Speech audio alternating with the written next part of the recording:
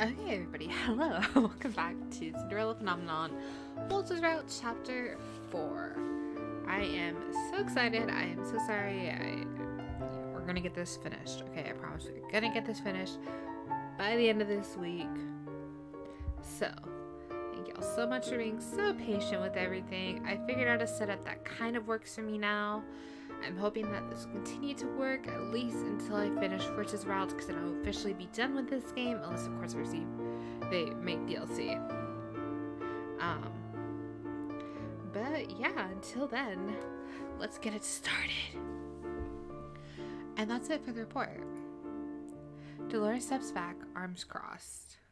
What do you think, Lucette? I sift through the stack of papers on the desk, eyes narrowed in concentration.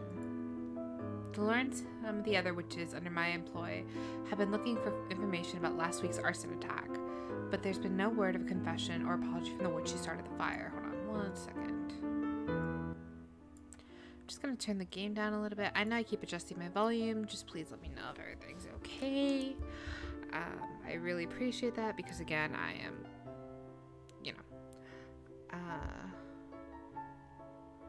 it is a fairly straightforward case, but nonetheless, we will have to speak with him for the counselors and witnesses at the end of the week. Hopefully then he will finally confess to something.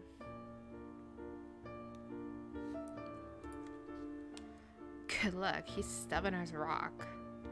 I mean, true, all he wanted to do is spill tea about Waltz, and Waltz is perfect in every way, so... In the chair in front of me, Waltz smiles. Have you told Delora about the other thing you've been planning, Lucette? Other thing? I turned to Delora. Next week is the anniversary of the day Angel was saved. It's the day I lost my mother, again, and the day Angel became peaceful once more. Well, I mean, not peaceful, but, peaceful as it can be.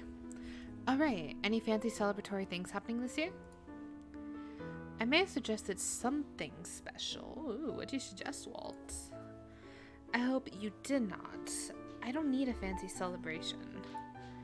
Every year, the townsfolk decorate the towns with lilies to thank me for what I did, and every year, Waltz tries to plan some special event on the anniversary. This year, he will not be the only one coming up with a surprise. I shake my head to clear it. I can think about the surprise I planned for Waltz later. For now, I need to focus on the anniversary celebration. Fancy celebrations aside, I would at least like to give a speech this year. Don't you do that every year? Well, yes, but I normally address the populace as the Queen of Angel. I look at her resolute. This year, I will give a speech as the Tenenbaum bearer. I will show them that I am not my padre. In the past, I was feared as Hilder's daughter.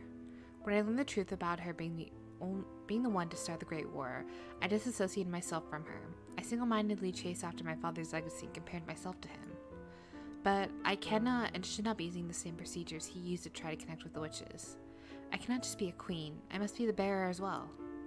A bearer that does things differently from my mother. One who strives to keep balance.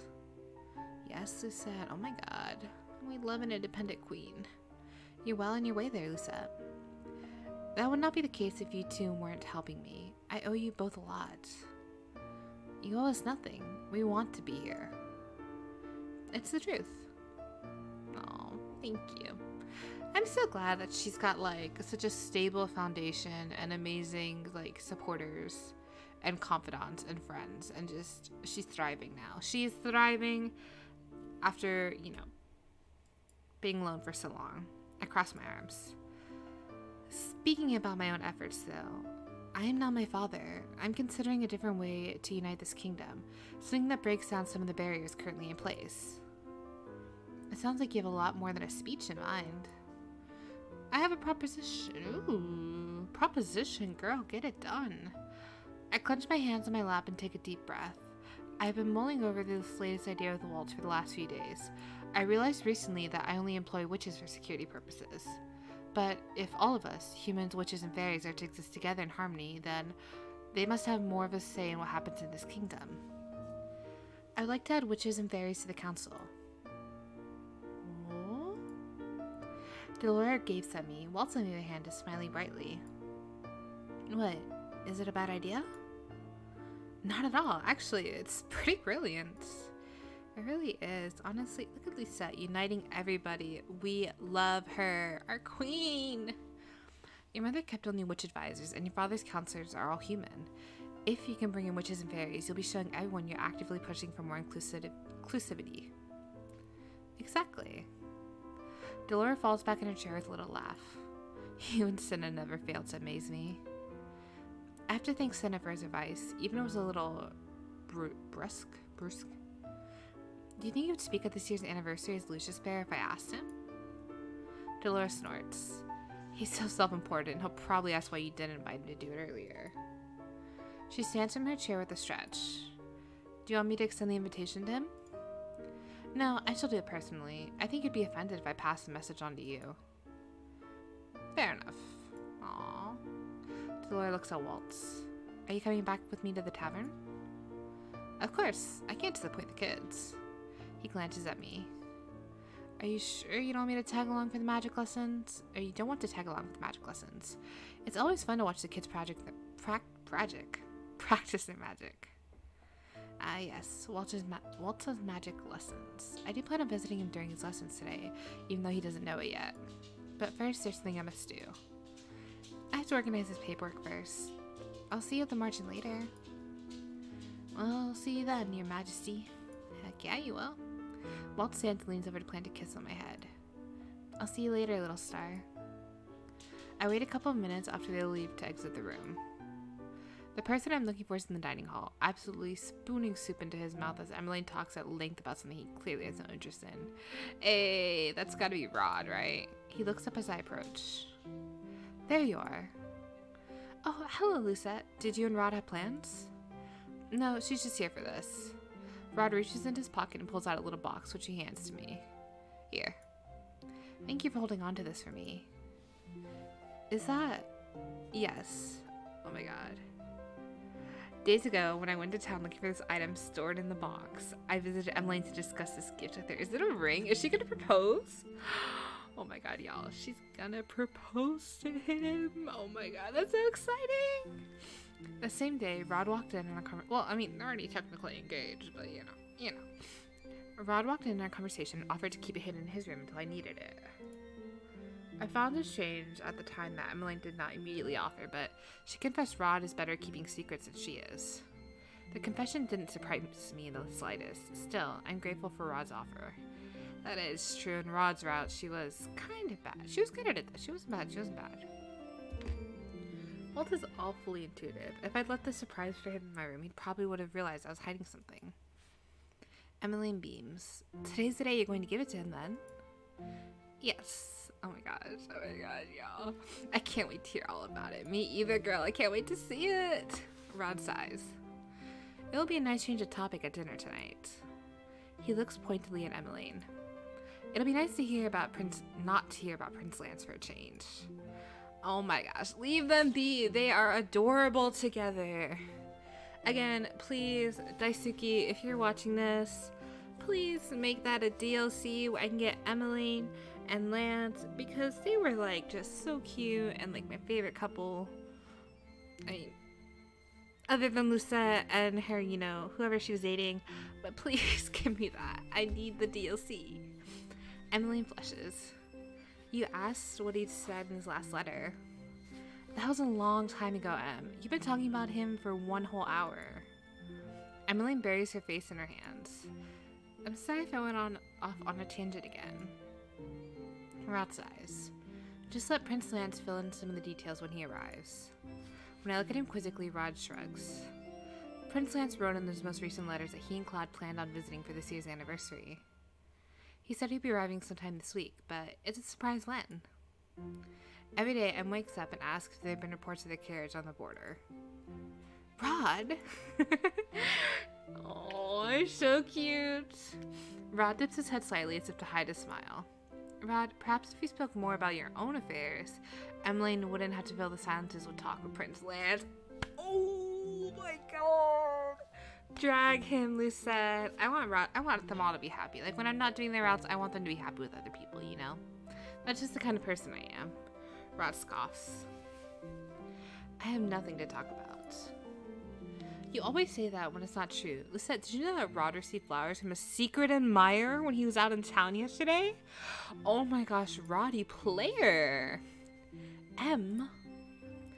I told him he ought to write a letter back, but he refused. Emmeline told me once that Rod was in love with one of her friends, the woman at the toy shop named Bjorka. But that love, which once flared so brightly, blew out years ago when Bjorka married. It's strange to think of Rod in love, even now. There's no point in giving someone false hope when you're not interested in them. Then who would interest you? Oh my god. We're gonna find out Rod's type, y'all. Emmeline puts her hand on the table and leans forward. Lucette and I could try to set you up with someone. No. No! The two of us speak in unison before exchanging relieved glances. No, exactly. I am terrible at matchmaking. Okay, well that's fair enough. I don't believe that. I've told you a million times, I'm not interested in him. Yeah, he's more interested in dancing. I'd rather listen to you talk about Prince Lance than have you try to set me up with someone. The words come out like a groan. If you insist. It occurs to me belatedly that I don't have time for the conversation. I step away from the table. I will leave you to your conversation. For now, I have a delivery to make. Emmeline's eyes are sparkling when she smiles at me. Good luck, Lisette. Good luck. Aww. I offer my sincerest thanks to the both of them before heading to my room. I need to move this gift into another box, one I think that will be appropriate. Appropriate, ma'am. Oh, ma'am. About an hour later, I set off to town with a bag in hand. Accompanied by two knights, I make my way toward the food stalls where I purchase an assortment of chocolate. This idea comes to me last minute, but, well, I think Waltz's students would appreciate a treat after their lesson. I stick the set carefully into my bag as I head over to the tavern. When we arrive at carriage, I dismiss the two knights and head into the tavern alone. I expect to see Waltz and the students in the tavern when I step in, but instead I'm greeted with much more unexpected sight instead. Oh. Ah, if it isn't the beautiful Ice Queen. Oh my god, there they are! Ah! Okay, Claude is my favorite character, no lie. So I love him. It's the redheads, okay? I just have a thing for, like, crazy redheads in these games. Okay, don't judge me. Claude, after the throne of Brigantia, casually reclines in the chair at the center of the room. He sits at a table with Dolores Sinna and his younger brother, Prince Lance. Even had I never met Prince Lance before, I'd recognize him as Claude's brother. The two of them have the same fiery red hair and similar features. They do. They're so cute. Oh my gosh. Whereas Claude is full of crooked smiles and secrets, Prince Lance is earnest and honest. Aww. Karma, you shouldn't call her that. Prince Lance looks at me apologetically. Ignore my brother, Your Majesty. Prince Lance bows. It's a pleasure to see you again, Queen Lisette. And it is nice to see you both too. I walk over to their table. What is all of this? Emmeline said you're coming for the anniversary celebration. When did you get here? A few hours ago. We parked the carriage a distance away so as to not draw attention. And why exactly are you here? How disheartening to get a cold reception from even you, Lucette. Aw, I know, Claude is never a fan favorite at the Marchand, but you know. You got a special place in my heart, BB, and that's all that matters. Cinna mumbles something beneath his breath. Of course you're an unwelcome guest. No one appreciates having a spontaneous visitor, especially when that visitor interrupts something important. Important? Were you not just hunting for insects in the forest? Oh. Drag him, Claude. Don't demean my hobbies. Delora laughs. It's good to have you here, Lucette. Maybe you can stop these two from fighting every 2 minutes. Dang, that's a new record. She crosses her arms. The prince sitting here barged in while Waltz was in the middle of his lessons. Lady Delora, you make it sound as if I was intruding. You know my intention was to come and catch up before my brother and I went to the palace. Whatever your intention, you still interrupted Waltz's lessons. True. My poor baby Waltz. Where is Waltz now? He took his students to the forest when the princess showed up. He said he needed quiet for today's lessons. Dolores suddenly seems to notice the bag I'm carrying. What's in the bag? What's in the box? It is something for Waltz. Claude leans over. He spots the chocolates inside before I can snatch the bag away. You brought him some chocolate? Aw, how sweet. There's a sudden sound, a low rumble that permeates the pleasant quiet. He hungry. Cinna is smirking. And you said you weren't hungry, Prince. I figured I could wait to eat until we were all at the palace. Prince Lance sighs. We could have been there by now if you didn't insist on the stopover. Aw, because he wants to see Emily. He's so cute. If I'd known the two of them were visiting today, I would have bought them something. I glanced down the chocolate. It was meant to be for Waltz's students, but I wonder if it would be a small kindness to give them to the Almonte brothers. Sorry, boys, we're giving them to the kids. No, I purposefully brought these for the students as a reward. Besides, Claude's hunger will not be sated with chocolate.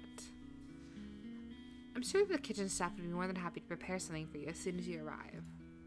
Though, I wish you'd let me know you were coming sooner. I am the queen after all. It's my diplomatic responsibility to welcome you. Claude shrugs. You know I don't expect formalities or favors from you, Lucette. Nice. And it would be foolish of him to expect those things in the first place. After all, you're speaking to a prince who came to a rundown tavern before even thinking of announcing himself to a queen. Cinna scoffs. Can't believe you're going to be the king of Brigantia someday. Aw, be nice. He's gonna be a great king. Cinna, manners. While the two bicker, Claude leans toward me with a smile. Waltz is in the clearing just beyond the back door. Thank you, Claude. He's a good guy, Claude, and a good boy, Lance. Oh my gosh, they deserve head pats, both of them. I glance between him and Prince Lance. You two are not going to disappear before I come back, yes? You can rest assured we will still be here. My secret adventure days are over. No more Miss Karma, I take it? Claude smiles a little wistfully. I'm afraid not. I'd rather miss those days, though. Lance sighs. I don't. While you were here in Angiel, we all thought you were dead. Yes, that part was unfortunate. Aww. I leave the two brothers to reminisce as I head outside. The moon has risen by the time I step outside. Just as Claude said, I find Waltz and his students in the nearby clearing. So, do you want to try it again, or shall we break for the night? The children all let out a collective sigh. I feel so tired. I bet I'm gonna fall asleep as soon as my head hits the pillow. I'm so tired, I think I'll fall asleep right here. Waltz laughs. I told you before not to strain yourselves. Magic takes a huge toll on the body. That it does. You should be careful not to overwork yourself, Mr. Magician. Oh my god, Mr. Magician. Is that what we're calling him now? How about Magician Daddy instead? You know, when I was younger, I had such a huge crush on the Dark Magician from Yu-Gi-Oh! Yeah. Anyway. Waltz startles when I push through the trees. It's the Queen. Her Majesty is here. Hello, everyone. I see you're hard at work. I walk over to Waltz and kiss his cheek. The children mumble, hiding smiles and giggles behind their hands. I didn't think you'd be able to make it. I thought I would surprise you. I hold up the bag, which Waltz eyes with curiosity. What's inside?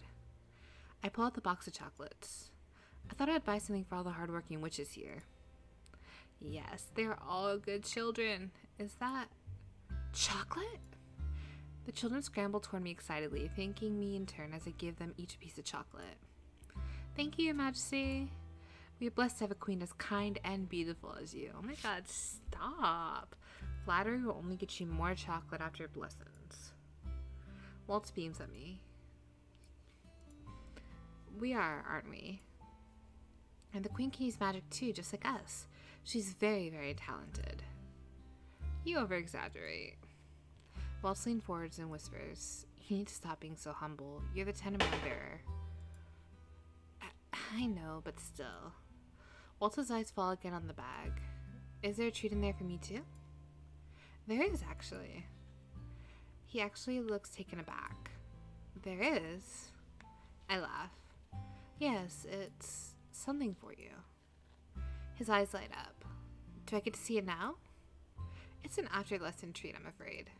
Oh my god. You can't show it in front of the kids, Lucette. Oh my god. You're just in time then. We were just wrapping things up here. Your Majesty, one of the young witches bounds forward. Can you show us your magic? Another child nods excitedly. I want to see Her Majesty's magic too. The thought of using my magic, even just in front of children, makes me feel suddenly embarrassed. I rarely flaunt my magic. I don't think I'm bad by any stretch of the imagination, but I don't possess the creativity Waltz does. Waltz snaps his fingers. What if the princess gave us a preview for the lesson we're going to learn next time? The one you're all so excited about? Barriers! Barriers we can use to be heroes. Barriers. They're the very first magic I learned from Waltz. I was impatient then. I remember all I wanted to learn was how to use offensive spells. Waltz, you know I'm not a teacher. You don't need to be. All I'm asking is for a demonstration. Demonstration? Waltz nods, a soft smile on his face. I'm going to use an attack, and you can show the children which barrier they should use to defend against it. So, you just want me to assess the situation and cast the right barrier? Exactly. I glance at the children who look at me hopefully. Alright, I suppose I can help you with your demonstration. That's my little star. Oh my gosh, Waltz. If this game had voice actors, I promise you, Waltz would have like a deep voice. Like, can you just imagine him just going like, that's my little star? Like, oh my god, Corpse has been saying that. Like, that's how deep his voice would be. Waltz blows me a kiss as he puts distance between us. I set my bag down by a nearby tree and move to stand before him. Alright, let's begin, shall we? Because this is just a preview for an upcoming lesson, Waltz comes over the details. He explains that there are two types of barriers, one that shields and one that deflects. Powerful spells cannot be deflected while weak spells can. Listening to him makes me feel nostalgic. Waltz turns to me after the explanation. Alright, the queen and I are going to put on a very small mock battle. She's going to use the right barrier to block the spell, and then I'll tell you why she used it. Sound good? The young witches shout their agreement. Alright then. Waltz begins to gather energy for a spell. I can tell by his relaxed posture and breathing that it's not a spell that requires great concentration. So I must use a deflector. I gather the magic quickly at my fingertips and bring the deflector to life just as Waltz shoots his magic toward me. Yeah, because it says on the guide a reflector, but I'm assuming they meant deflector. Anyway, the sparkling energy reflects off the shield and bounces back toward him. Waltz immediately dodges and the energy sweeps over the grass harmlessly. The children clap as Waltz takes a bow. And there you have it. Now, can anyone tell me what sort of barrier the queen used? A deflector because the magic came back. That's right, it was a weak spell so the queen could send my magic back at me. Waltz shakes his head. But remember, don't ever use deflectors unless you need to surprise your enemy to escape. Reflecting someone's magic back at them is dangerous. A barrier, even a small one that ends up cracking, is much safer for everyone. The children nod and mumble amongst each other. Among us in real life? Waltz looks up at me, his eyes crease in a smile. You were perfect. Thanks, Lisette. Of course. Waltz dismisses the children shortly after our demonstration. They bow and give their thanks as they leave the forest. I'm glad you got to meet them all tonight, Lisette. They ask about you all the time. I know you're busy, but I'd love it if you come to these lessons when you have the spare time. You'd make a great assistant. He pauses, then shakes his head. No, I think I'd like you to take a break and be your assistant for a change. Aw, you're so cute. You're a far better teacher than I am. Waltz raises an eyebrow. That's not true. You were an excellent teacher growing up. He steps toward me, closing the distance between us. You taught me how to make puppets for my shows and how to perform for an audience. But you were just performing for me back then. It's not the same thing as performing for an audience. Waltz reaches out to tuck a stray lock of hair behind my ear. It doesn't matter. You taught me how to captivate. If you say so. Waltz laughs. Little star, you need to stop selling yourself short. The kids love you. You'd make an excellent teacher. When I'm able, I will try to attend your lessons. We would all love that. I glance back at the bag I set by the tree, then up at the moonlight coming through the trees.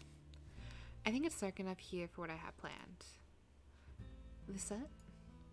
I told you I have an after-lesson treat. I bring the bag over to Waltz. There's a childish wonder in his eyes when he looks at me. It warms my heart like nothing else. Waltz has the heart of a child, a heart full of wonder and optimism. There's no one that can bring a smile on my face like he can. At his eye, when he proposed to me a year ago, I didn't hesitate to say yes. I've always wanted him here by my side. I've always wanted him. All of him. For me. I remember the moment we stood here in the same clearing years ago, before facing Mother. Waltz told me darkness made a light glow brighter. He showed me that light. And now I'll show him the same light. I'll show him what he means to me. Little star, you're keeping me in suspense here. I smile. And then I snap my fingers. Oh my gosh, look at how pretty it is! Little balls of light spring to life. In the darkness, they look like hovering fireflies. Waltz's eyes glimmer in the light as he looks around in wonder. Well, this is a familiar spell. It's not the only thing that is familiar. I reach into my bag and take out the gift I prepared. His eyes widen when he sees it. Oh my god, is it a ring? No, it's a box. What is the box? Neverland! Oh my gosh! I forgot about that. Is that Neverland? I slide an intricate key out from my pocket, then it's the only key that can open the box. Tinkerbell. I hand both the key and box to Waltz. Open it. Once upon a time, the box held Waltz's magic in it. Now, I like to think it holds his future. Waltz carefully takes the box and key from me. His eyes look misty like he's holding back tears. This box has so much history. It does, and its role in our story isn't done yet. My heart flutters as Waltz slides the key into the box. I have never been as nervous as I am now watching him. The box opened with a soft click, revealing the gift Rod had been holding for me, the thing that I've been trying to keep a secret from Waltz. Waltz stares in shock at the ring that lays inside. I told you it was gonna be a ring! Oh my god, y'all. They're gonna get married. I mean, I knew they were gonna get married, but y'all, they're gonna get married! Ah! Look at how cute it is! It's a little Neverland star. Lucette, what? 1 year ago, you proposed to me, Waltz Cresswell. You slid a ring on my finger and promised me you'd be by my side forever. In the months that passed, I kept pushing off the wedding date. I told you I wasn't ready for the future because I had to figure out the present first. But what you said a few days ago made me realize that we can't overthink the future. We can't overthink things. In order to change the present, we must work toward the future. Days ago, I told you I never wanted you to keep me in the dark. We both agreed to walk together toward the future hand in hand. Now, I want to show you I meant everything I said with this ring. Oh my god. You bought me one. It's only fair we seal the deal with two. So, the wedding. I planned it to be the day before the anniversary celebration. Oh my god. They're gonna get married. Yo, Lucette really out here surprising Waltz with so many things. I love that. Lucette. Waltz's voice is uncharacteristically strained. I can see now that there are tears in his eyes. I wait with anticipation for him to say something. Instead, he leans forward and without preamble presses his lips to mine. Oh my god. They're so precious, guys. They're so precious. His lips are soft and warm against my own, but resolute. When he kisses me, it feels like I'm home. It feels like I found my way to the light at the end of a dark path. Kissing Waltz is like basking in sunshine. When I throw my arms around his neck and deepen our kiss, I feel as if half of me is clicked into place. My shadow, which had watched over me from a distance all these years, is here to stay. With Waltz, I feel as if I can face anything, even the uncertainty that is the future. As his tongue glides over my lips, I let myself lose myself in this kiss. In this moment, there's nothing but the two of us. Oh my god. Waltz takes an abrupt step backwards and catches me in a hug when I fall into him. We both tumble to the ground, laughing. Is that answer enough for you, little star? Oh my god, no. I need more of an answer. Where is the 18 plus version of this game? Oh my god. I'm just kidding. I don't need an 18 plus version. Unless. He kisses me softly on the cheek, then on my jawline, beneath my ear. Each kiss makes warmth blossom beneath my skin and heat pool in my stomach. I suppose so. I would have waited forever for you to set that date, but he wraps his arms around me and kisses my forehead. I can't put into words how happy it makes me that he asked me now, like this. He holds up his hand and the thrill goes through me at the sight of the ring on his finger. I will treasure this, always. And I will treasure you always, as you should. Oh my gosh, treasure each other forever, please. Waltz kisses me again, another soft, sweet kiss on the lips. Thank you, little star. I love you with all my heart. Me too, Waltz. The two of us lay in each other's arms, gazing up at the stars between the canopies. Some time passes before reality begins to sink in. The Brigantian princess are still in the tavern. Everyone in the palace is probably worried for me. I sit up and pat down my hair with a grumble. Time to get going? Everybody's going to insist I start bringing knights with me at this rate. Aw, why do you need knights when you have Waltz? Waltz is the only protection you need. Waltz takes my offered hand with a smile and rises. Let's head back to the marching then. Everyone is exactly where I left them when I returned. Delora looks almost relieved when we reappear. Finally, it took you too long enough. There's only so long we can sit here entertaining a spoiled prince before he gets on our last nerve. Excuse me for boring you with my stories. I'm surprised that they haven't gone back yet and gotten food. Not everyone likes your chameleon stories, Karma. Walt suddenly looks intrigued. You like chameleons, Claude? I do. Do you like them? And thus a lifelong friendship was formed over chameleons. Please don't encourage him, Waltz. Cinna glances at me as the three of them talk about chameleons. Whatever those are. Delora said you had something you wanted to ask me earlier? Oh right, the anniversary speech. I bring up my proposal to Cinna, who, as Delora predicted, is agitated I didn't bring it up sooner.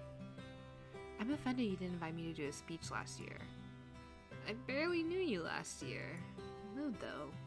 The fairy crosses his arms and looks moodily at the table. I appreciate you asking, I suppose. I'll make some time to give a speech. Thank you, Cinna. Cinna just responds with a shrug. His eyes switch to Waltz, who is still speaking animatedly with Claude about chameleons. I see you gave him your ring. Oh my god, did everyone know about it? How did you? Don't underestimate how perceptive I am. He looks at Waltz, thoughtful, and then he does a strange thing. He smiles. I'm happy for you both. Yes, me too, Cinna, me too. Thank you. This has always been my greatest wish. It's wonderful to see it fulfilled. Cinna crosses his arms, looking thoughtful. A wish, Did you know fairies can grant wishes? You can? Cinna nods. The rules have changed since the Great War, but every fairy can grant one wish.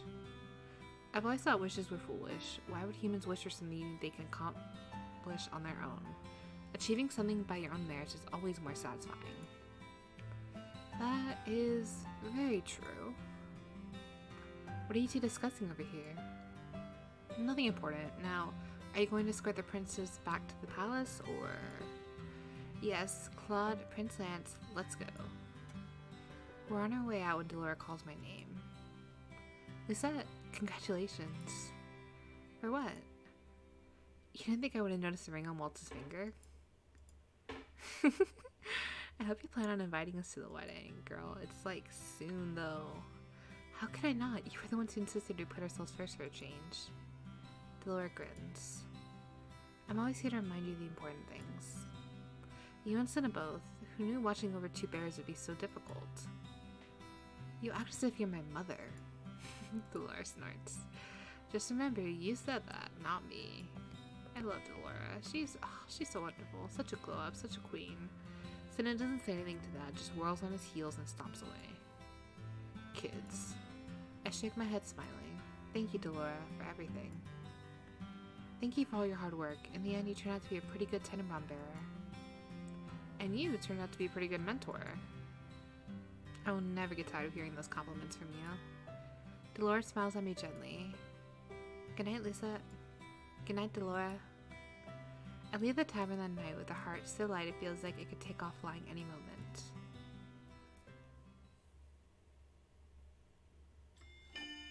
Alright.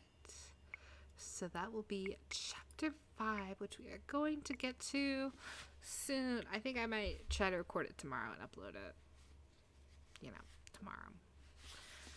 Anyway, I appreciate you all so much. Thank you for taking this journey with me that is Cinderella Phenomenon, Waltz's Routes, Evermore, Waltz's Routes. I don't think I have a complaint about any of these routes. Like, they've all been so good, so wholesome, as they are going to be. It is fantastic. Anyway, I appreciate you all. Thank you so much for tuning in. Thank you so much for choosing to watch my videos and support me. We are almost at 200 followers. Can you believe that? I will be posting a link to a Discord soon, so you can get notified on there whenever I post a video. Again, thank you all so much for watching, and I will see you in the next one. Bye!